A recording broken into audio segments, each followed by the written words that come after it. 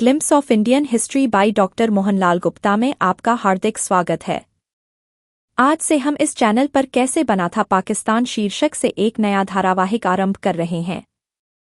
प्रस्तुत है पहली कड़ी। हिंदुओं का देश है भारत। भारत अनादिकाल से हिंदुओं का देश है। हिंदू कोई संप्रदाय नहीं है, कोई धर्म नहीं है, कोई पंथ नहीं है, अपितु यह जीवन जीने की एक पद्धति है जो मानव सभ्यता के आदिकाल से सहज स्वाभाविक रूप में विकसित हुई है।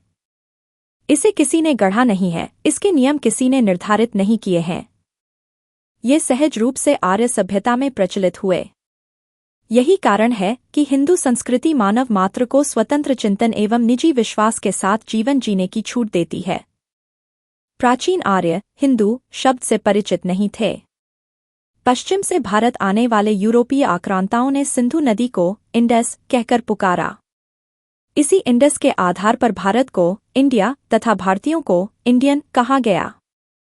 सिंधु नदी के किनारे रहने के कारण ही भारत के लोग सिंधु और हिंदू कहलाए। भारत हजारों साल पुराना देश है, जिसका निर्माण प्रकृति या राजनीति की सीमाओं से नहीं अपितु संस्कृति की सीमाओं से हुआ था। सुदूर पूर्व से लेकर पश्चिम में धरती के जिस छोर तक वेदों की ऋचाएं गूंजती थीं तथा सुरों अर्थात देवताओं की पूजा होती थी, वहां तक सांस्कृतिक भारत की सीमाएं लगती थीं। भारत की पश्चिमी सीमा के पार रहने वाले लोग असुरों की पूजा करते थे और अहुरमज़दा पढ़ते थे। असुरों के देश को आज असीरिया के नाम से जाना जाता है। अर्थात असीरिया से लेकर आज के भारत के बीच के जो भी देश हैं, वहां तक वैदिक संस्कृति का ही प्रसार था और यह पूरा क्षेत्र सांस्कृतिक भारत था। पौराणिक युग में जहां जहां तक रामकथा तथा महाभारत की कथा का प्रसार हुआ, वहां वहां भारत से गए राजकुमारों ने अपने अपने शासन भी स्थापित किए। उन देशों में भारतीय संस्कृति सहज रूप से व्याप्त हो गई।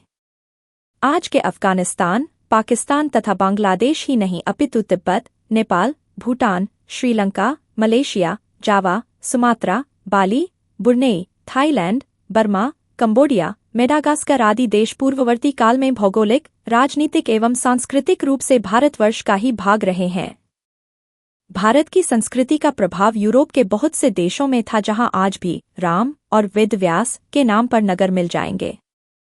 बाली, ट्रिनिडाड और मॉरिशस तो आज भी लघु भारत ही हैं। इंडोनेशिया, इंडोचीन, वेस्ट इंडीज आदि देशों के नाम में लगा इंडो शब्द ही बताता है कि किसी समय ये देश हिंद के ही हिस्से थे। हिंद महासागर अथवा इंडियन ओशियन की विशालता भारतीय सांस्कृतिक सीमाओं की विशालता का ही आभास करवाती है। कोलंबस जब अमेरिका की धरती पर उतरा तो उसने भी वहां के मूल निवासियों को रेड इंडीज कहकर पुकारा, क्योंकि उसके अवचेतन मन में भारत की विशालता ही व्याप्त थी।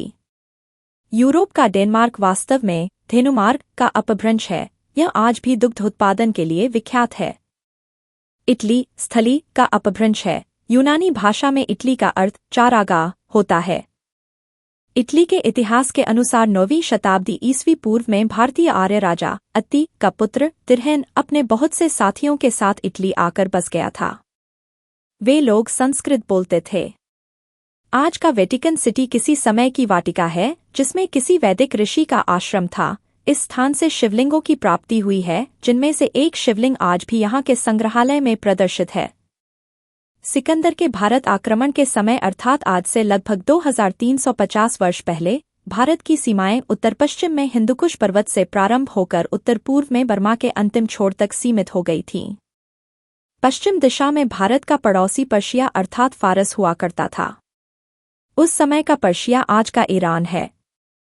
माना जाता है कि ईरान शब्द का निर्माण इरा नामक नदी के रण से हुआ है, ठीक वैसे ही जैसे आज कच्छ का रण भारत के गुजरात में स्थित है। भारत से लेकर असीरिया तक लोहे के ऐसे तीर, तरकश एवं शिलालेख मिले हैं, जिन पर ब्राह्मी लिपि में संस्कृत भाषा के शब्द उत्कीर्ण हैं। कृपया इस चैनल को लाइक, सब्सक्राइब एवं शेयर करें।